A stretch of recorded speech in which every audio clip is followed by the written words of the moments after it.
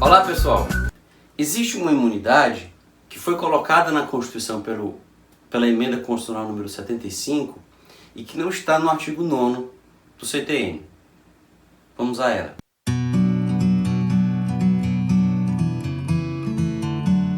Como dito em vídeos anteriores, o artigo 9º do CTN reflete o artigo 150 da Constituição de 88, mas na verdade ele o faz em relação ao dispositivo análogo da Constituição de 46. Então ele deve ser entendido sob a ótica do artigo 150 da Constituição atual e no que ele for incompatível ou incompleto em relação à Constituição, deve prevalecer a Constituição. O CTN se aplica naquilo em que ele regulamenta as limitações que estão na nossa Constituição e até naquilo em que ele as amplia, mas não naquilo em que ele as limita, naquilo em que ele as viola, naquilo em que ele as contraria. No caso do artigo 150 da Constituição, no seu inciso 6, nele foi colocada uma linha E pela Emenda Constitucional número 75, que prevê a chamada imunidade musical. O professor Eduardo Sabag gosta de chamar essa imunidade de uma imunidade musical. A imunidade concedida a videogramas, a fonogramas de artistas brasileiros ou de músicas interpretadas por artistas brasileiros. E é ressalvada apenas a etapa de replicação das mídias ópticas, basicamente para preservar a utilidade de se terem instalado na Zona Franca de Manaus essas fábricas.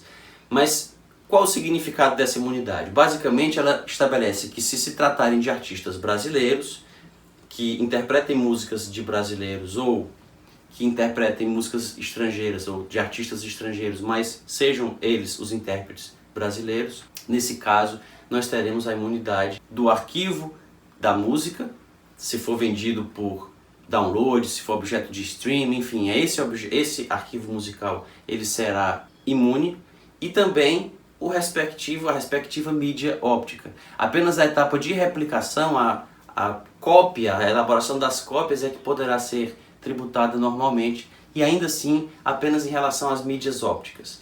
Esse dispositivo ele suscita uma série de questões que gostaria de submeter à elevada apreciação de vocês. A primeira questão diz respeito a uma possível violação de compromissos internacionais do Brasil. Diversos tratados em matéria tributária estabelecem uma cláusula de não discriminação.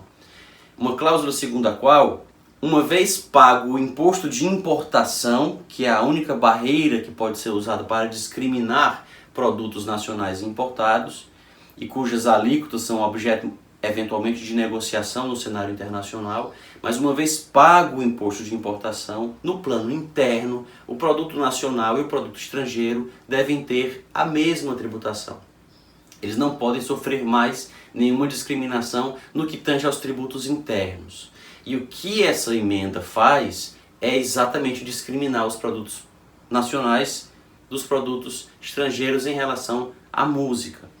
Então esse aspecto pode ser suscitado não de a emenda ser inconstitucional, obviamente, mas de o Brasil ter que se sujeitar às sanções, a eventualmente estar descumprindo esses compromissos que firmou no plano internacional. Embora a emenda possa sim ser questionada no plano constitucional também, não por essa razão, mas por eventualmente implicar violação à igualdade tributária. Nós teríamos contribuintes em situações absolutamente equivalentes e o fato de a música ser nacional ou estrangeira não poderia ser motivo para que um seja inteiramente imune e o outro não.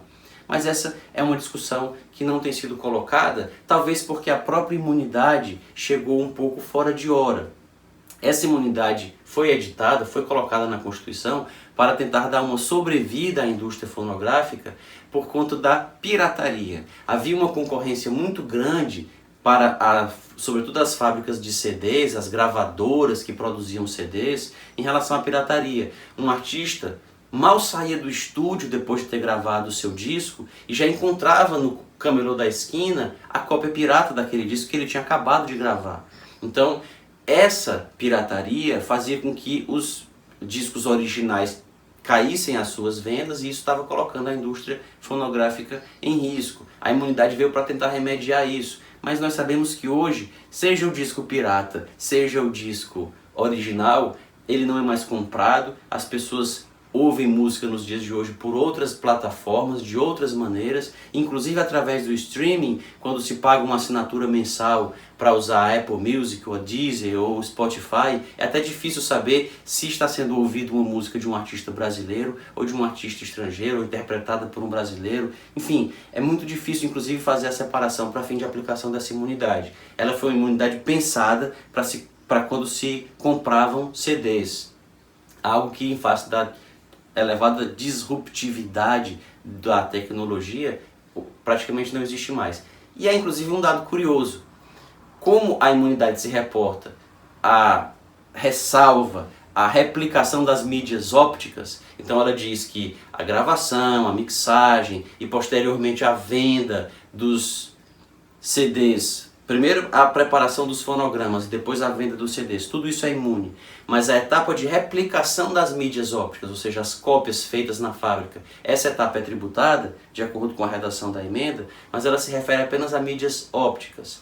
Então, se forem replicados vinis, se tratar da cópia de vinis, de discos de vinil, eles estarão acobertados pela imunidade, porque ela só ressalva as mídias ópticas. Claramente é um texto que foi pensado à luz de um tempo muito específico na história. Esse foi um texto pensado à luz de uma realidade que era muito datada, e talvez isso até seja incompatível com a perenidade que se deseja a um texto constitucional.